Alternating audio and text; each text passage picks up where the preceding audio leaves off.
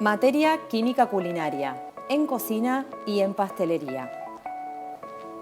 La química culinaria estudia la constitución y las reacciones químicas de los alimentos antes, durante y después de ser cocidos. De esta manera, nos permite controlar las acciones, tiempos y temperaturas a emplear según el caso.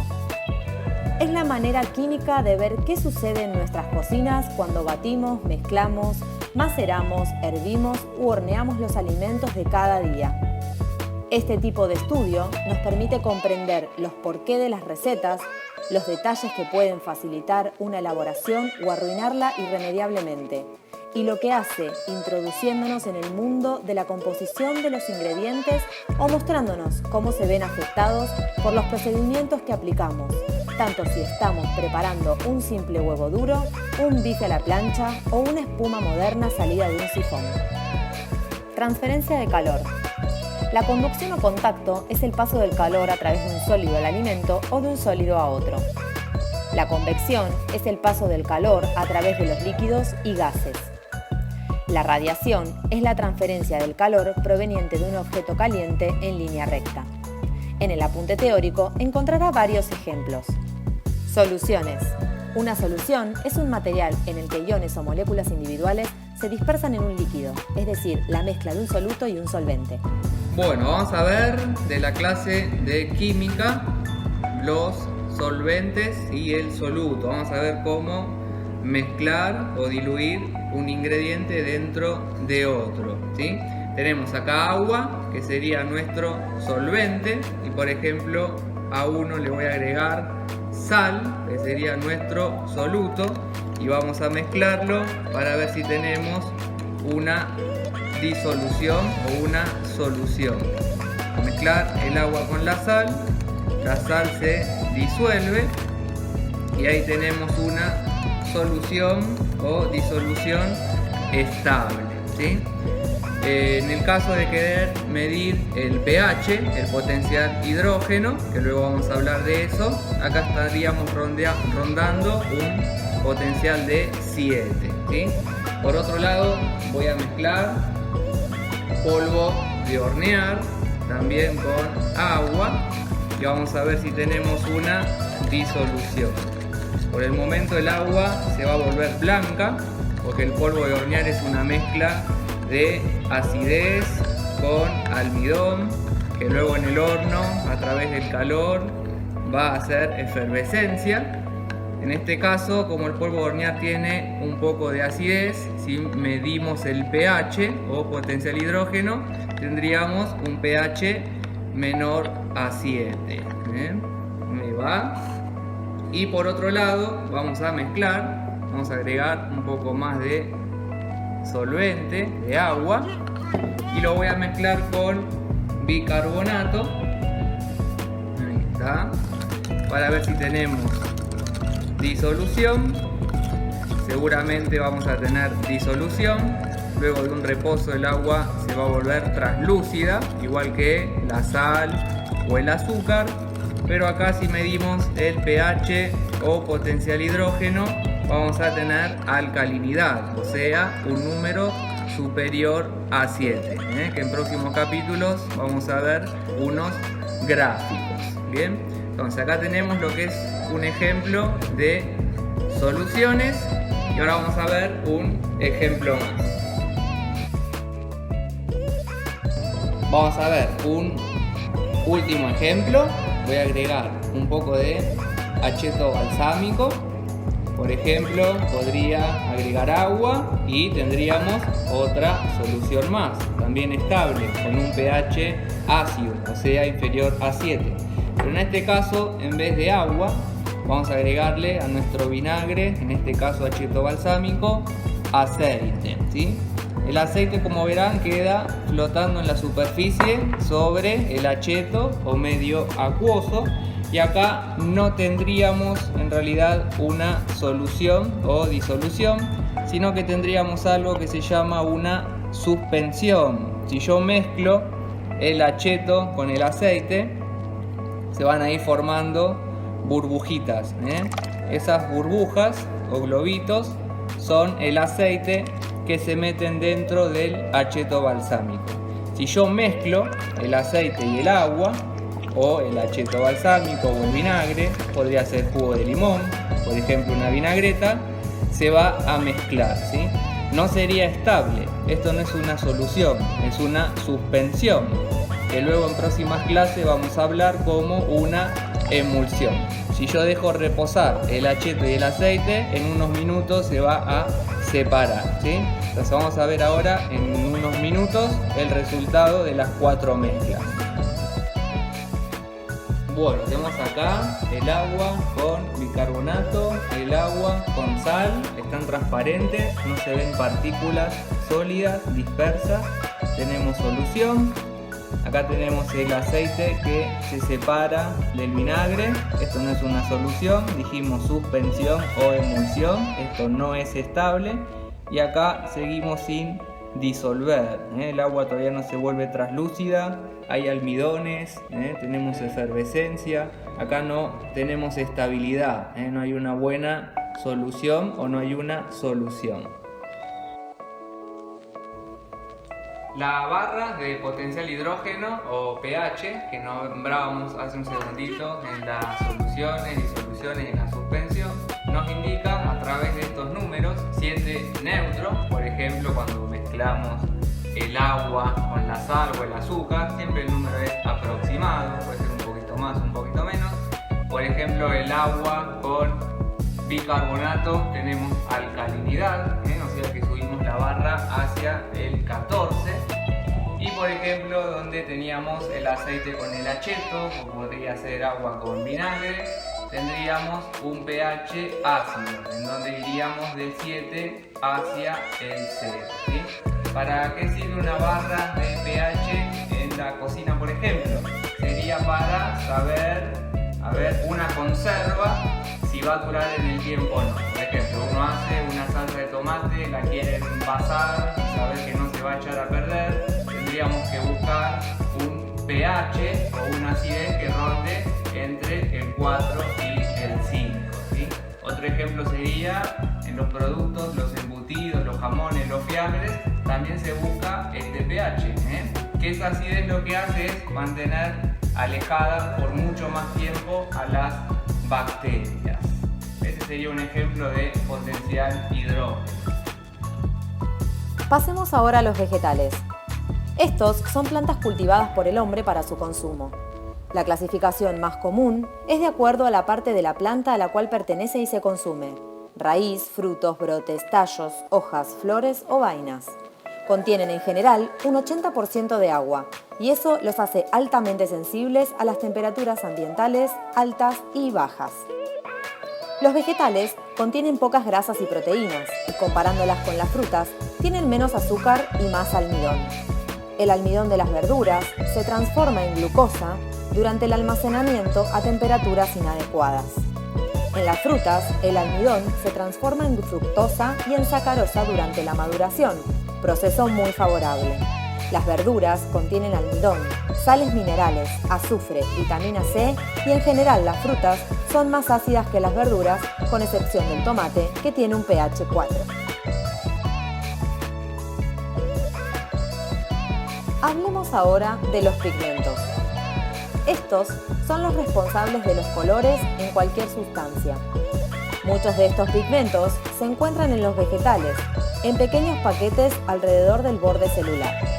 Veámoslos gráficamente.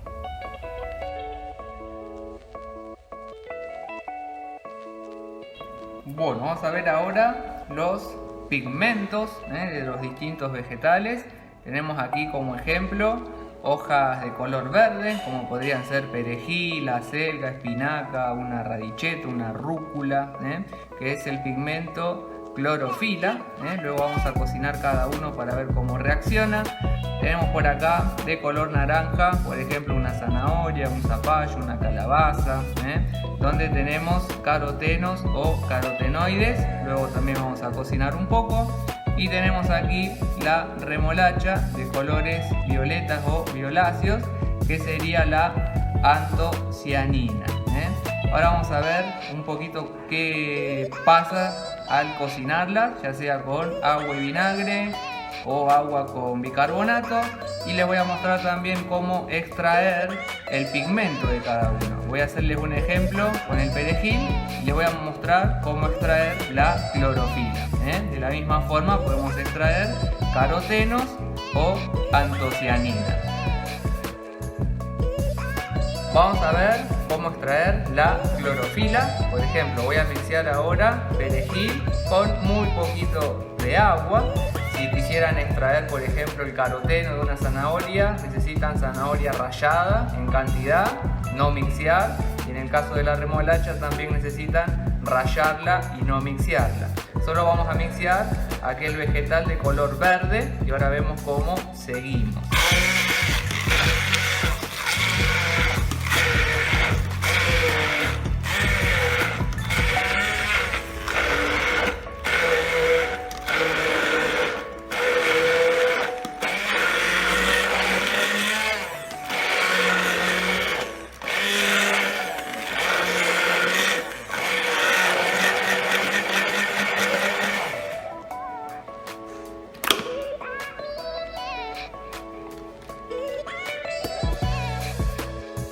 Bueno, tenemos acá el perejil procesado.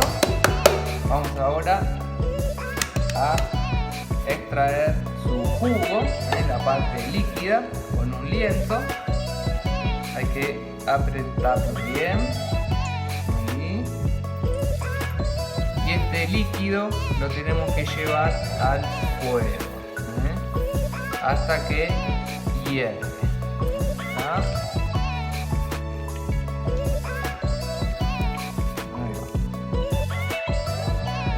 Bueno, vamos a poner a hervir nuestra agua de perejil. Va a empezar a hervir y se va a separar por un lado el agua transparente del mismo perejil y por otro lado esa pastita que ahora vamos a retirar, que sería la clorofila. Vamos a apagar. De la misma forma pueden sacar el caroteno y la antocianina. El tema es que con la clorofila es más fácil porque se ve bien separado el pigmento. Entonces, esto es lo que sería la clorofila. ¿Está? Bueno, lo que voy a hacer ahora es, con la remolacha, antocianina, voy a hacer lo mismo con acelga y perejil, la clorofila, y voy a hacer lo mismo con zanahoria, el caroteno, en dos aguas distintas y luego vamos a ver los resultados. Voy a poner a hervir antocianina en agua con bicarbonato y también voy a poner a hervir la antocianina en agua con vinagre y luego vamos a ver todos los resultados.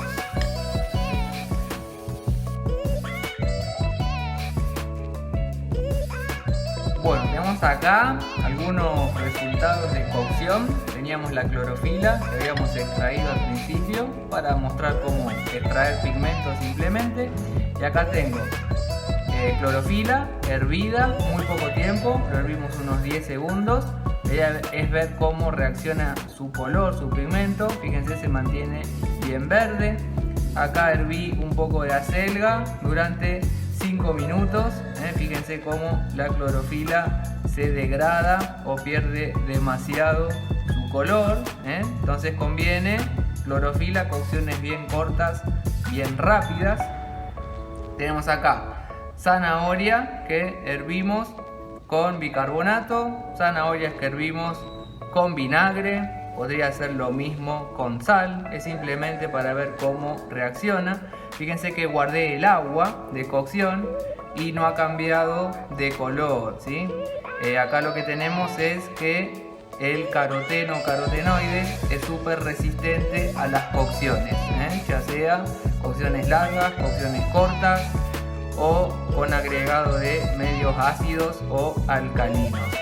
Es mínima el cambio de color. Y en el caso de la antocianina, acá tenemos antocianina, esta se hirvió con vinagre, mantuvo bastante su color natural con un medio ácido, pero fíjense cómo la antocianina también va hacia el líquido, cómo se tiñó el líquido de cocción. Entonces este es con vinagre, está cocinado.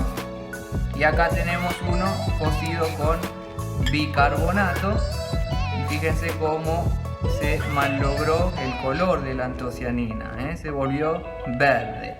El tema del bicarbonato es el siguiente: no conviene nunca cocinar con bicarbonato porque te cambia la textura del vegetal, te lo degrada, te lo hace puré, no queda muy buena la textura después de la cocción.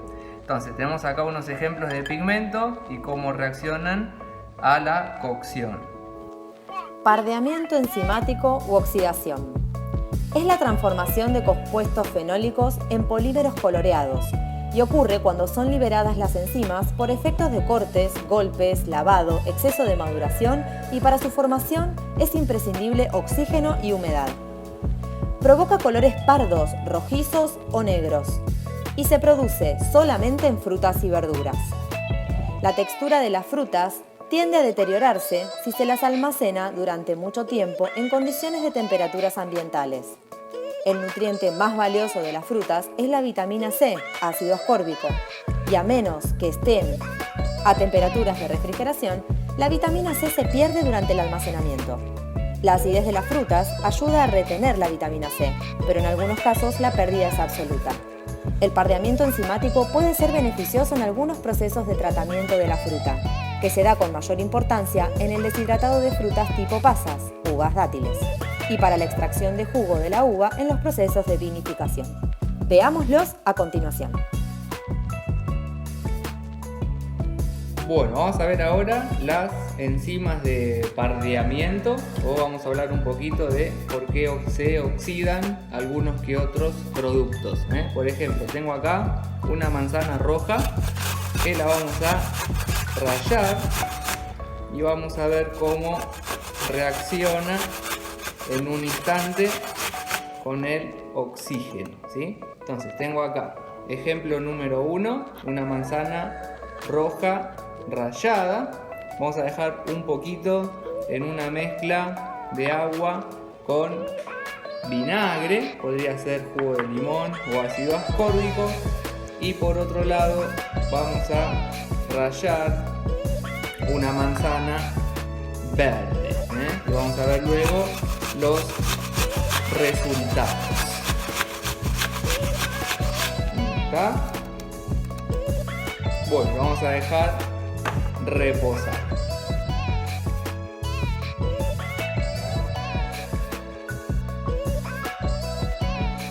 Bueno, acá tenemos el resultado de las manzanas y vamos a nombrar también ejemplos de otros productos. Por ejemplo, acá la manzana roja se oxidó, se oscureció.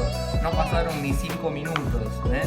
La manzana roja que dejé en agua con limón sigue en su color natural, y la manzana verde todavía sigue casi en su color natural. Todavía no se oxidó, luego se va a oxidar, pero dentro de un tiempo más largo, ¿sí?